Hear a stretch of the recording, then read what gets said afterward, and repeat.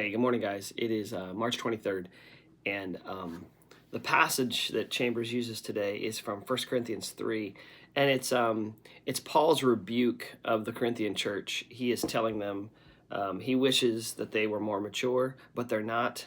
He basically calls them little children, says he can't even feed them meat, like real weighty doctrines. He has to continue to correct them, and he talks about their worldly nature, that they haven't gotten past their the word that Chambers uses here is carnality, and Chambers takes a different spin on the word carnal than I've ever heard before, because he kind of defines it differently, and it's interesting and it makes a lot of sense, and it helps it helps make the point that he wants to get at here, which is what it means to kind of let go of this carnality, what that looks like. He says actually in the beginning, no natural man knows anything about carnality. So carnality he does not equate with being sinful in our original fleshly sinful state prior to understanding the truth of the gospel. So what he says is carnality is this fight back against the work of grace in our lives, that's what the Corinthian church is doing here. They've been taught the truth. The gospel's been shared with them, and they've even confessed, but they're pushing back against the work of sanctification, really. And so carnality is this battle of the flesh against the spirit. And when he says they're carnal, he means your flesh is winning. It is overcoming your spirit. It is not winning. Your spirit is not winning the battle. The Spirit of God within you. And so he talks a little bit about how to lay down this tendency of, and I wouldn't even say believers, because he talks about children of darkness here, those who are that are caught up in carnality as children of darkness. And Paul's really Paul's pretty strong. He uses pretty strong language with the Corinthian church.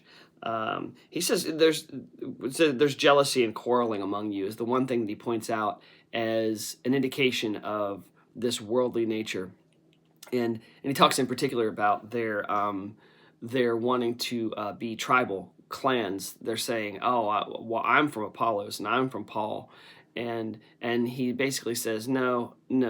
These are just people that shared the gospel with you. You're of God. If you are in Christ, you're of God. And so, down in the study here in the third paragraph, he says, the Spirit of God detects anything in you that is wrong. He doesn't ask you to put it right. He asks you to accept the light, and He will put it right. So this overcoming of our carnal tendencies is understanding that I'm not the one to fix me. I'm only the one to kind of lay down the fight, lay down the sword, lay down the rebellion, if you will, and so be given to His work, not try to work it out ourselves. The Chambers says here, when once the light breaks and the conviction of wrong comes, be a child of the light and confess, and God will deal with what is wrong. If you vindicate yourself, you prove yourself to be a child of the darkness. And so, and then he says, never deceive yourself.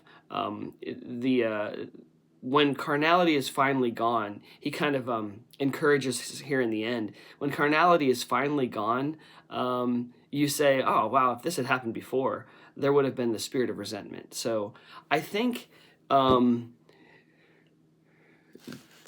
kind of boil it down to what Chambers is getting at here is the carnal nature is the fight. It's not just the flesh. It's not just having, because we all have flesh. We all have this sinful nature. It's not just having a sinful nature, or even the living at the whim of our sinful nature that we had before we came to Christ. Carnality is fighting with our sinful nature against the work of the Spirit in us. And so that's the one thing that I think Chambers is encouraging us to do. Lay down your arms. I remember teaching one time about a complete and unconditional surrender. That's a concept or a term you hear in times of war, a complete and unconditional surrender, and that's what keeps us from allowing God to work in us and with sanctification is we do not completely and unconditionally surrender. We end up having these squabbles about why I'm better than you. There's a song for that. But anyway, so today maybe I challenge you to think about what it is that we fight about, or you argue against the work of the Spirit to completely surrender, just surrender completely. So you guys have a great day.